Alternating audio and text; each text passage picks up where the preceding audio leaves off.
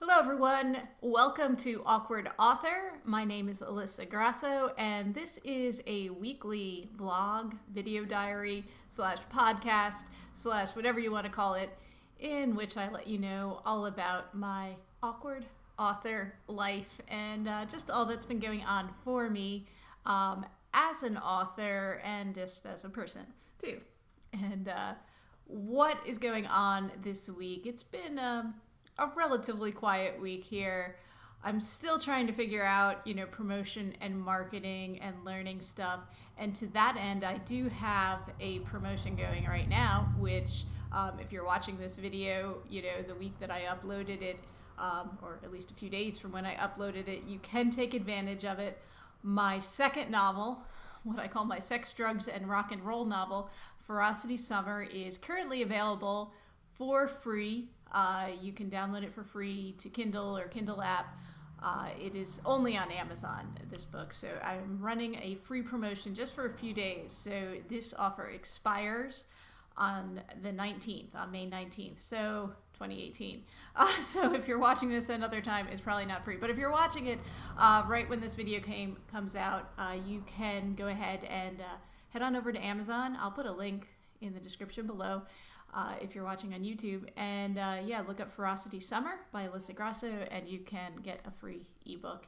And definitely, if you do this, I would love it if you left a review, because it will help a lot with getting my books to appear in search rankings and making them more visible and all that good stuff. So what else? I kind of along the same lines, I do a newsletter, an email newsletter, which, the goal is to get that out once a month. I usually don't quite meet that goal, but I did just put together my May edition of the newsletter, which will be going out probably around the same time this video is getting posted. So if you're a subscriber, you'll get that in your inbox. If you're not a subscriber, you should go ahead and subscribe, because, why not? You can see me on YouTube, you can listen to me on iTunes, you can, read me in your inbox. You could have me everywhere.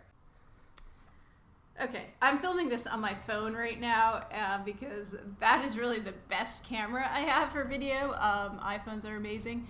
But the problem with that is when someone calls you, it disrupts everything. So I don't know where I even was. But anyway, what am I saying? So I'm running this free promotion with Ferocity Summer, which is available only on Amazon, and so it's in Kindle Unlimited. And when you have a book enrolled in Kindle Unlimited, you are once per, I think it's 90 days, once per enrollment period for Kindle Unlimited, you could do a free promotion on your book. And the idea being to, get more reviews, maybe get people to read your other books, that sort of thing, get your name out there. So this is the first time I've done one of these with a Kindle Unlimited book, so I'll let you know how it goes. I'm also, besides just telling people about it in this video, to promote this, I'm running a BookBub ad, not a BookBub feature deal, just a BookBub ad for the free promotion, trying that again. I haven't had success with BookBub ads, the ones that I've run previously, but we'll see how this one goes. I'll report back to you on that. I posted to Twitter. I didn't run a Twitter ad, and I'm running a Facebook ad. Again, I haven't had success really with Facebook ads yet, but I'm trying again, and I'll obviously let people know about it in my newsletter, usual things, post on my website, that sort of thing. But I am not really doing any of the traditional things. I guess, I don't have a BookBub featured deal. I didn't do free Booksy. I'm just kind of trying this out, seeing kind of this grassroots, I don't know, this, little approach, see how I can do with it, and, maybe what I'll do going forward. I might at some point do the same thing with Shallow Pond, which is my third book and is also in the Kindle Unlimited program. So, it's eligible for one of these deals too. And, hopefully I'll learn from this deal, figure out what I should do going forward. So it started, as you're watching this on Wednesday, it started yesterday. It started Tuesday, which is actually today as I'm filming this, and then it runs for 5 days, so I think through Saturday. May 19th it's good for. So yeah, I will obviously report back to you, let you know how that went, and anything I learned from it, of course. And meanwhile, just plugging along here. I haven't done a whole lot of writing, more outlining as opposed to writing.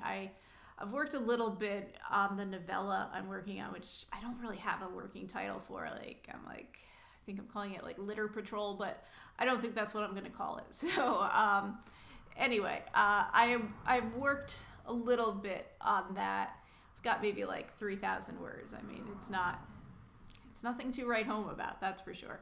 But I have a certain process, and actually I was listening to Paul Teague's podcast last week, and he was talking about, how he outlines, likes to write things out, longhand ways outlining, which I do the same.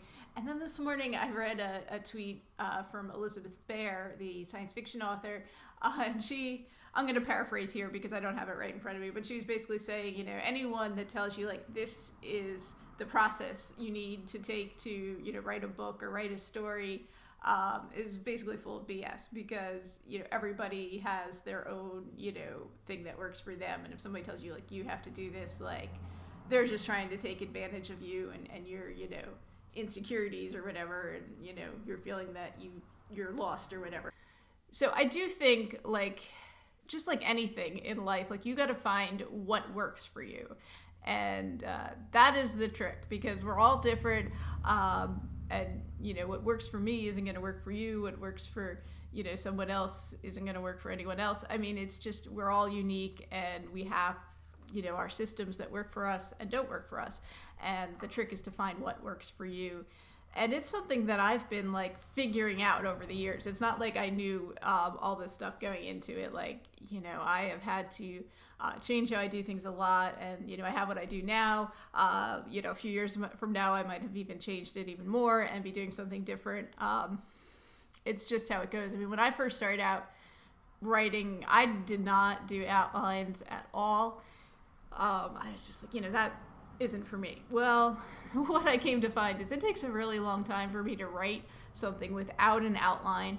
And this is just me. There's some people who don't have this problem at all, but like I get lost. I end up writing a lot of stuff that's going to get cut because I'm just going in the wrong direction, because I have in my head like an idea of, I know how the story starts, I know how the story ends, I have an idea for how I want it to go, but without having stuff really mapped out and in front of me, I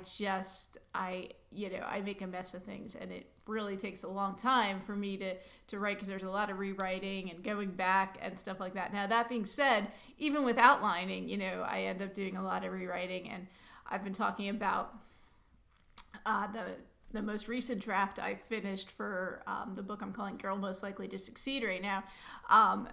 That book, like, I wrote that whole book before, and I wasn't happy with it. And I had an outline then, I had it outlined, but I wasn't happy with the way it turned out. There were a lot of things I wanted to change. So, I wrote a completely new outline and rewrote a lot of stuff in that book to get it to a place where I'm much happier with it. And, I'll let you know once I go back in and do some serious editing if I'm still happy with it. But at the moment I am.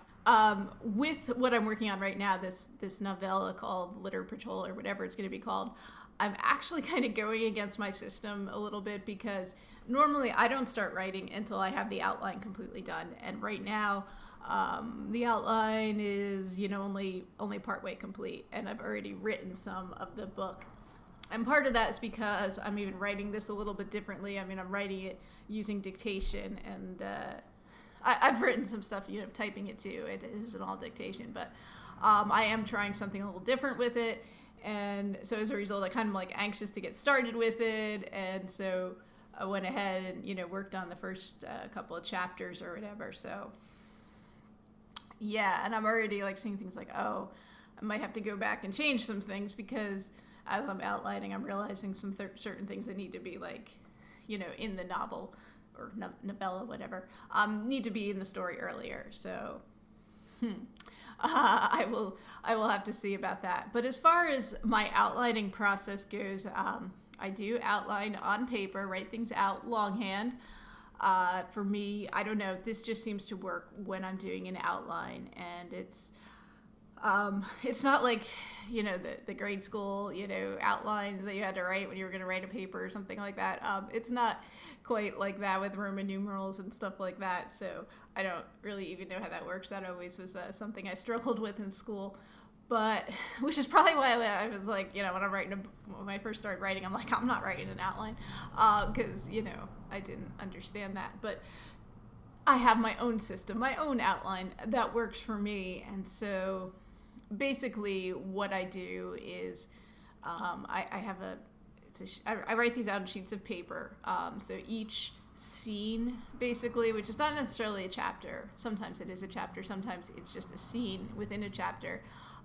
Gets a sheet of paper, and it's basically, what happens, what the results are, and how this ties into the plot, and the character development, all that. And so in that way, I can figure out what's going on and make sure that everything I'm writing is relevant, is moving the story along, and hopefully makes sense. So that's what I do. Won't be as big a deal with this novella that I'm working on, because it basically takes place over a few days, not even a whole week, I don't think. But with Girl Most Likely to Succeed, when I redid that outline, something that I hadn't done very well in the first draft was get the timeline right. So, I sat there, I had a calendar. The book takes place in 2018, but there's a bunch of scenes that take place in 1994 and 1993 actually too. So I had to get calendars for those years and make sure all the dates made sense, and so that was something as I was outlining too, when does the scene take place? Every scene had a date on it, and so things all were hopefully lining up right, because that was something I struggled with in that book too. So yeah, I go through the whole story like that, with my little sheets of paper for each scene, the plot, everything that's going on, how it connects, the character, all that good stuff. Put those all in order. I don't necessarily write them in order, because sometimes I'll write a scene and then I'll be like, oh wait, I need to have this before. So put them all in order, get them all into my folder. Then I sit down and transcribe those into my computer, which is probably an extra crazy unnecessary step, but for me it helps. And I use Scrivener when I write books, and so what I do is I get my Scrivener document all set up with different folders for each chapter, and then the different scenes, the different, I don't know what you call that, files for each scene, and then in the what's really the sidebar on Scrivener, if you use Scrivener, then I'm basically transcribing my notes for that scene or chapter or what have you, so that that's all there in front of me, so that when I sit down to write, I can open up, Scrivener, I can see, okay, this is what has to happen in this scene, and then I can just go ahead and write. And it kind of frees me up a little bit, you have to think, but you're already, you got all this mapped out, and so it's okay, I'm already, I know what I have to do, and now let's just, make the words that make this happen. Now, like I said, because I'm doing this one a little bit different, and I'm using dictation, not necessarily sitting in front of the computer doing it, it isn't quite as necessary for me to have that whole Scrivener document set up. So, I can kind of, write this as I go along with writing the outline, but I am still trying to work on getting that outline completed, because it is not done. So that's the main project, I guess, that I've been working on right now. The other thing, because, why not overwhelm myself with stuff, is I'm also starting an outline for the sequel to Unnamed Roads that I decided to write. And I think I mentioned that this was something that I started writing, and I didn't complete a draft on it. I wrote maybe half the draft or so, and just was not happy at all with how it was going. I did outline that too. Now, not as thorough as I write, an outline now. It's definitely, there's definitely a lot less to it. So that's part of the reason I think I just got lost with that one. And it isn't even that I got lost. It's just I wasn't happy with how the story was going. It just wasn't the plot, it was just too weak, and the characters were kind of like just, going along with emotions, like nothing really mattered or, tied in with things as far as the plot went. So that is my struggle right now with getting the outline done for this sequel, is making sure that, it isn't just characters doing things for the sake of doing things. Like, they have to, it has to all fit. And so that is what I'm working on with that revised outline that I'm creating. And have not gotten very far at all with that, really just scratching the surface with that book as far as that outline goes. So yeah, as far as going forward, I would like to get both of those outlines at least completed before I go back to Girl Most Likely to Succeed and go back and do some edits on that. So it's really tempting too, once you're like outlining something, like you can't wait to write it. I mean, that's how I feel anyway. So I'm like, like really eager to get started. And well, I've already gotten started on the one novella that I'm doing, but yeah, that's a tough temptation, because it's like, I know I got this completed, not completed manuscript, but a completed draft of a manuscript. So I don't want to ignore that either. I want to get the ball rolling with that too. So yeah, so I might have to put off writing, even though I'm going to really, really want to get started after I complete those outlines, because I do want to get that editing done. And I don't know that I can maybe do some editing and writing at the same time, possibly. We'll see how that goes. I mean, because I am doing the dictation on the one, that's something I can do in conjunction, I think, with, other stuff that I'm working on. But I'll have to let you know how that goes, because I have not tried that before, so that is all new for me. So yeah, that's all that's going on for me this week as far as writing and general stuff goes. Has been pretty quiet, like I said. So it's just me rambling about, how I write a book.